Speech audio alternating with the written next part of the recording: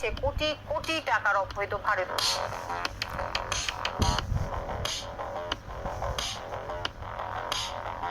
ভারত পাচারকালে বিপুল পরিমাণ বাংলাদেশ থেকে ভারতে পাচার নিয়ে কড়া অবস্থানে বিজেপি।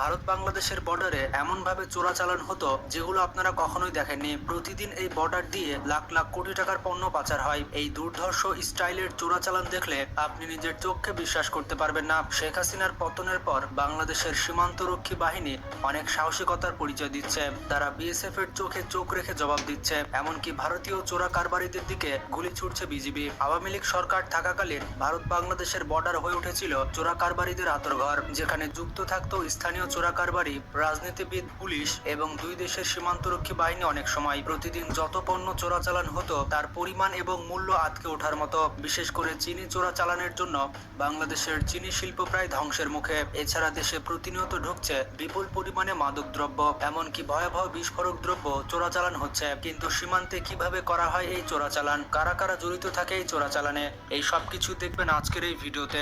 ছাত্র জনতার আন্দোলনের তোপের মুখে পড়ে দেশ ছেড়ে পালিয়েছে স্বৈরাচার শেখ হাসিনা, যার কারণে দলীয় নেতাদের সীমান্তে চোরা চালানো বন্ধ রয়েছে।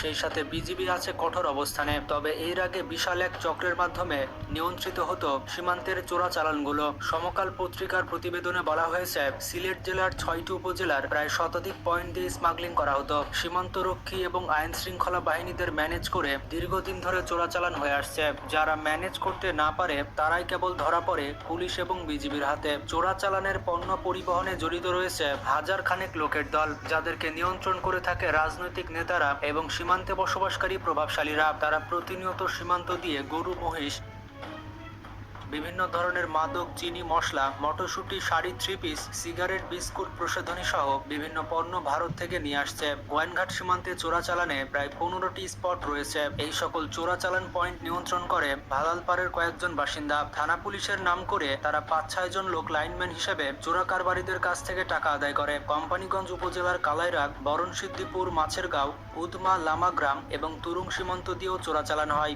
তবে সিংহভাগ পণ্য আসে বরণসিদ্ধিপুর সীমান্ত দিয়ে। কানাইঘাট উপজেলার ডোনা সীমান্ত ছাড়া সোনারখেউ, বড়ইগ্রাম, ভালুকমারা, ডেয়াটিলা, ডাউকেরকুল, বাকালছোড়া, নারায়ণপুর সহ 20টি স্পট দিয়ে এই চোরাচালান সংঘটিত হয়ে থাকে।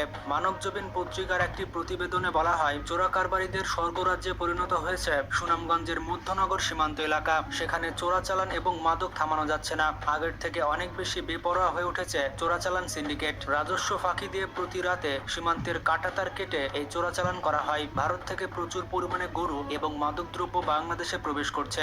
এছাড়াও প্রচুর পরিমাণে কসমেটিক্স, শাড়ি, কাপড়, কাঁচা সুপারি এবং চা পাতা বাংলাদেশে প্রবেশ করছে।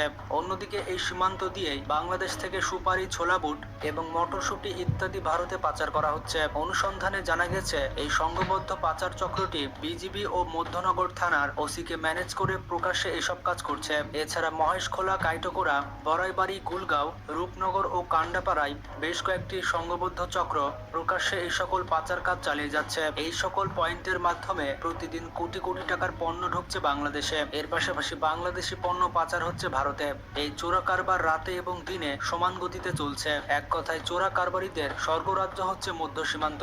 আর এক অদৃশ্য কারণে নিশ্চুপ ছিল আইন শৃঙ্খলা বাহিনী। বিশেষ করে সন্ধ্যাবেলায় উপজেলার মহেশখালী হতে মধ্যনগর জেলার রাস্তা দিয়ে চোরাচালানের হাজার হাজার গরু, মহিষ পাচার করার জন্য নিয়ে যাওয়া হচ্ছে। এছাড়া সুপারি সহ বিভিন্ন দ্রব্য ভারতে পাচার করার জন্য শত শত সেলু ইঞ্জিন চালিত ট্রলি এই রাস্তায় চলাচল করে। স্থানীয়রা বলেন, যেভাবে প্রতি রাতে গরু, মহিষ, মদ, গাঁজা এবং ইয়াবা এবং বিভিন্ন মাদকদ্রব্য বাংলাদেশে ঢুকছে, তাতে এলাকার যুব সমাজ পুরোপুরি নষ্ট হয়ে যাচ্ছে। থানা পুলিশ এবং স্থানীয় কিছু নামধারী সাংবাদিক বিপুল পরিমাণে টাকার ভাগ বাটোয়ারা পাচ্ছেন, যার কারণে প্রকাশ্যে এসব চোরাচালান হচ্ছে এবং স্থানীয় বাসিন্দারা এই বিষয়ে ব্যবস্থা নিতে ঊর্ধ্বতন কর্মকর্তার দৃষ্টি আকর্ষণ করেছে। দেশের অন্যতম সেরা চিনি আমদানিকারক ও প্রক্রিয়াজাত প্রতিষ্ঠান মেঘনা গ্রুপ অফ ইন্ডাস্ট্রির এক কর্মকর্তা জানিয়েছেন, চোরাচালানের কারণে স্থানীয়ভাবে পরিশোধিত চিনি চাহিদা মারাত্মকভাবে কমে গিয়েছে। অবৈধভাবে ভারত থেকে যে চিনি আনা হচ্ছে তার পরিমাণ প্রায় 7 লক্ষ টন। তাছাড়া প্রথম আলোর পত্রিকার একটি প্রতিবেদনে বলা হয়েছে, সীমান্তের শতাধিক পয়েন্ট দিয়ে প্রচুর পরিমাণে ভারতীয় চিনি বাংলাদেশে প্রবেশ করছে। চট্টগ্রামে অভিযান চালিয়ে বিপুল পরিমাণ ভারতীয় চিনি জব্দ করেছে জেলা প্রশাসন। সিলেট থেকে এই সকল চিনি সারা দেশে পৌঁছে দিতে ছাত্রলীগের 4 নেতা সব থেকে বেশি সক্রিয় ছিল। এই 4 জন হলো জেলা ছাত্রলীগের সভাপতি নাজমুল ইসলাম, সাধারণ সম্পাদক সোহেল সিরাজ, মহানগর ছাত্রলীগের সাধারণ সম্পাদক মোহাম্মদ নাইম আহমেদ এবং সিলেট সরকারি কলেজের ছাত্রলীগের সভাপতি এবং সিলেট সিটি কর্পোরেশনের 32 নম্বর ওয়ার্ডের কাউন্সিলর রুহেল আহমেদ। এই প্রতিবেদনে বলা হয়েছে, সিলেটের জকিগঞ্জ, কালাইঘাট, গোয়াইনঘাট, কোম্পানিগঞ্জ ও বিয়ানীবাজার উপজেলার সীমান্তবর্তী এলাকার শতাধিক স্থান দিয়ে ভারতীয় চিনি বাংলাদেশে ঢুকত। সাধারণত শুকনো মৌসুমে হাঁটা পথে এবং মোটরসাইকেলে আর বর্ষা মৌসুমে নৌকার সাহায্যে পণ্য চোরাচালান করা হয়। এই চোরাচালানে প্রায় 1000 জন সম্পৃক্ত। পরবর্তীতে এই চিনি ট্রাকে করে সারা দেশে নিরাপদে পৌঁছে দিত ছাত্রলীগের এই 4 জন নেতা। এই 4 জন ছাত্রলীগ নেতা তাদের সহকারীদের নিয়ে ট্রাকের আগে পিছে প্রাইভেট কার এবং মোটরসাইকেল দিয়ে সুরক্ষা দিত। চোরাচালানে যারা তদারকি করত তাদেরকে বলা হতো পাইলট। কুড়িগ্রামের ব্রহ্মারী সীমান্তে পাইলট প্রথার মাধ্যমে চোরাচালান হচ্ছে দীর্ঘদিন ধরে।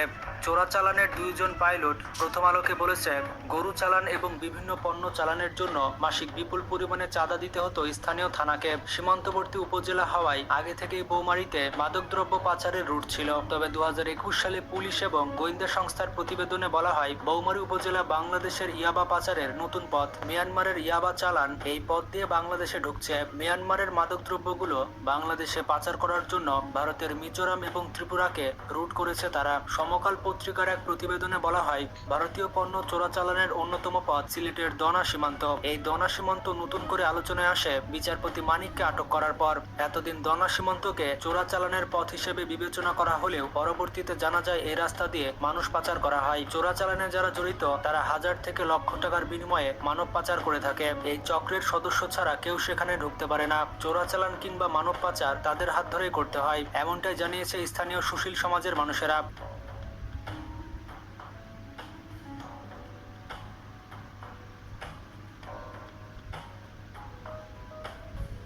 এমনকি বিজিবিকে তাদের সাহায্য নিয়ে চলতে হয়। এই দনা সীমান্তে যেতে হয় মিকিরপাড়া গ্রামের মধ্য দিয়ে। কখনো কাঁটাতারের বেড়া কেটে কিংবা কাঁটাতারের উপর দিয়ে পণ্য চোরাচালান করা হয়ে থাকে। এই পয়েন্ট দিয়ে ভারত পাড়ি জমান জেলা যুবলীগের সাধারণ সম্পাদক শামীম আহমেদ, জেলা ছাত্রলীগের সাধারণ সম্পাদক রাহেল সিরাজ সহ অনেক আওয়ামী লীগ নেতাকর্মী এই পয়েন্ট দিয়ে পালিয়েছে।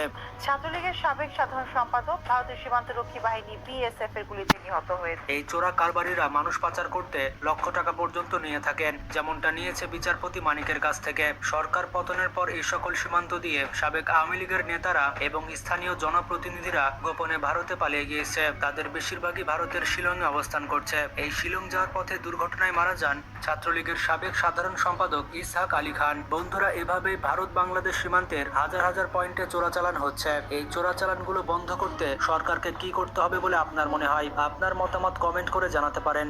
আর ভিডিওটি বেশি বেশি শেয়ার করে বন্ধুদেরকে জানিয়ে দিন। আজকে এ পর্যন্তই। ভালো থাকবেন।